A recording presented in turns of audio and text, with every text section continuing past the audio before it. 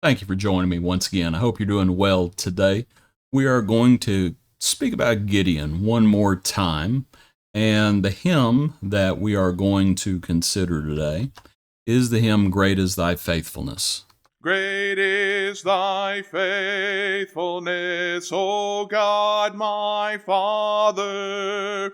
There is no shadow of turning with thee. Thou changest not, thy compassions, they fail not.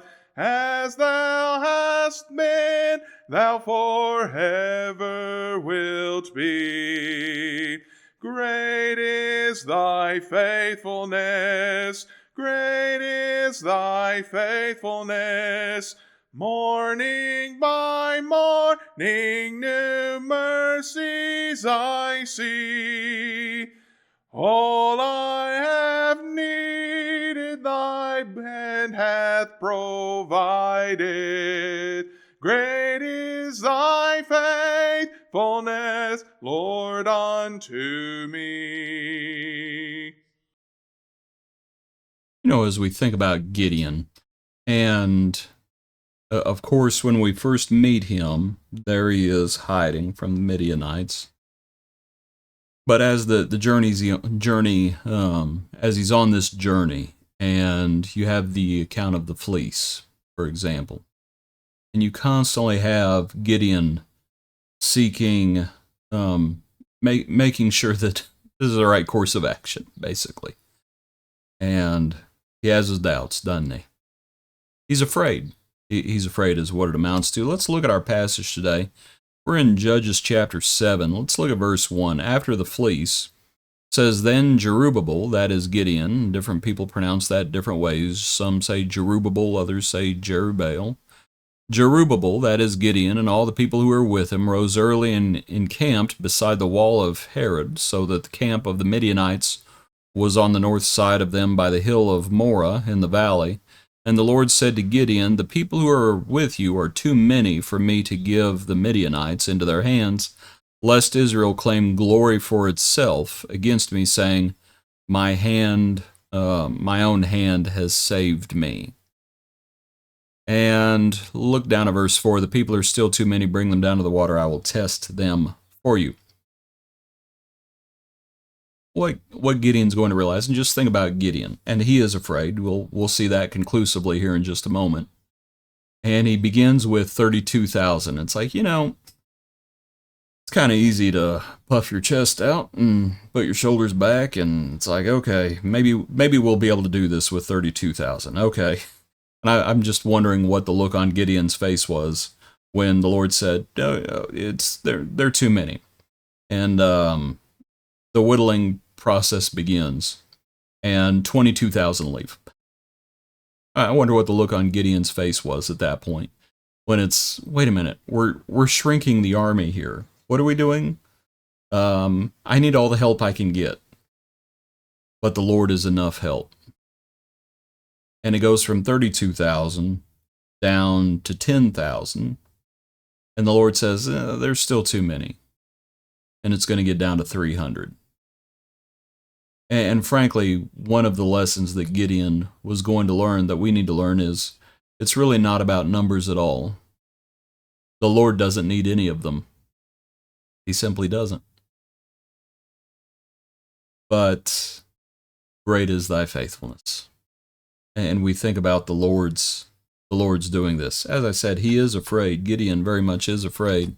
As this is happening, as the 300 are chosen, and you might think about why the Lord chose those 300. He didn't choose the 300 most courageous.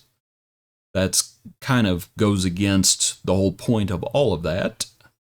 He was not choosing the 300 most valiant. Again, the weak become strong. Hebrews 11, I believe. Verse 9, and certainly Gideon was not filled with courage at this time, because on the same night the Lord says to him, Arise, go down against the camp, for I have delivered it into your hand. We made mention in 2 days ago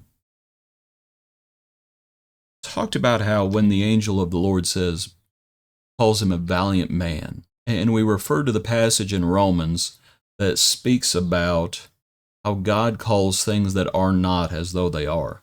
You notice this is another instance of that. The Lord says, I have delivered it into your hand.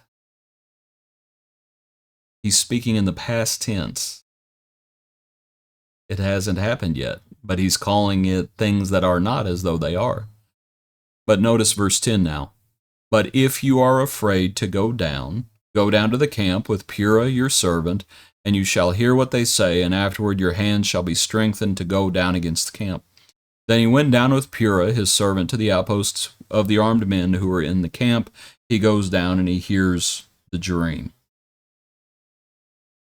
But the Lord says, if you are afraid, go down. And Gideon goes down. Well, what is Gideon? He's afraid. That's what he is. He's afraid. And that's okay. That's okay. The Lord says, do not be afraid.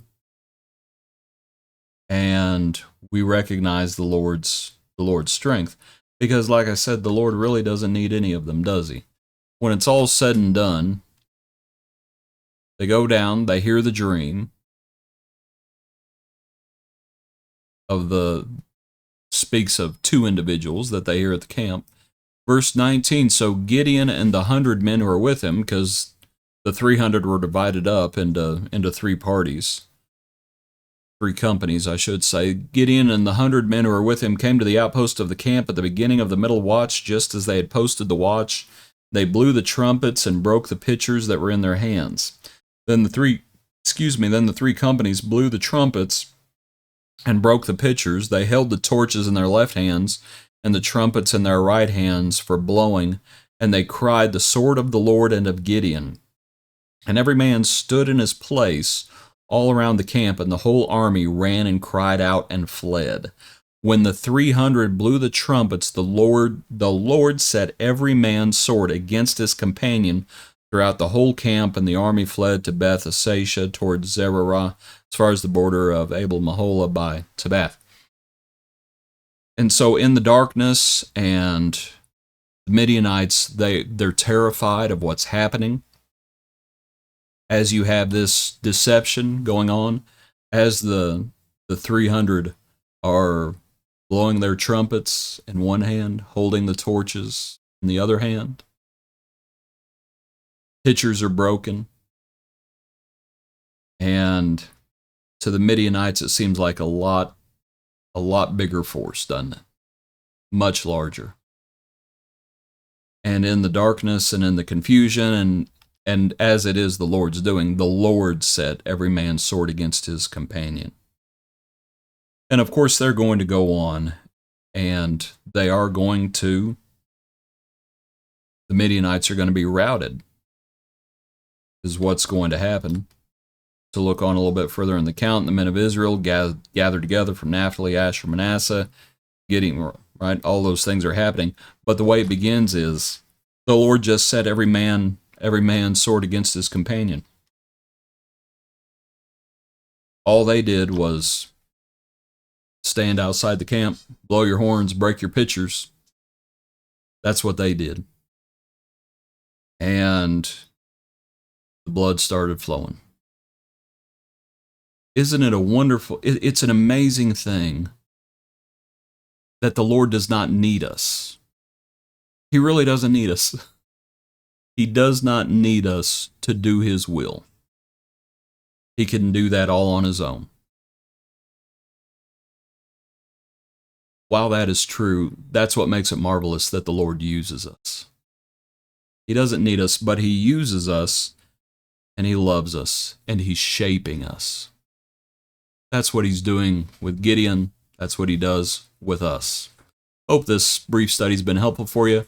Hope you have a good day. Join us tomorrow for another portion of our daily praise.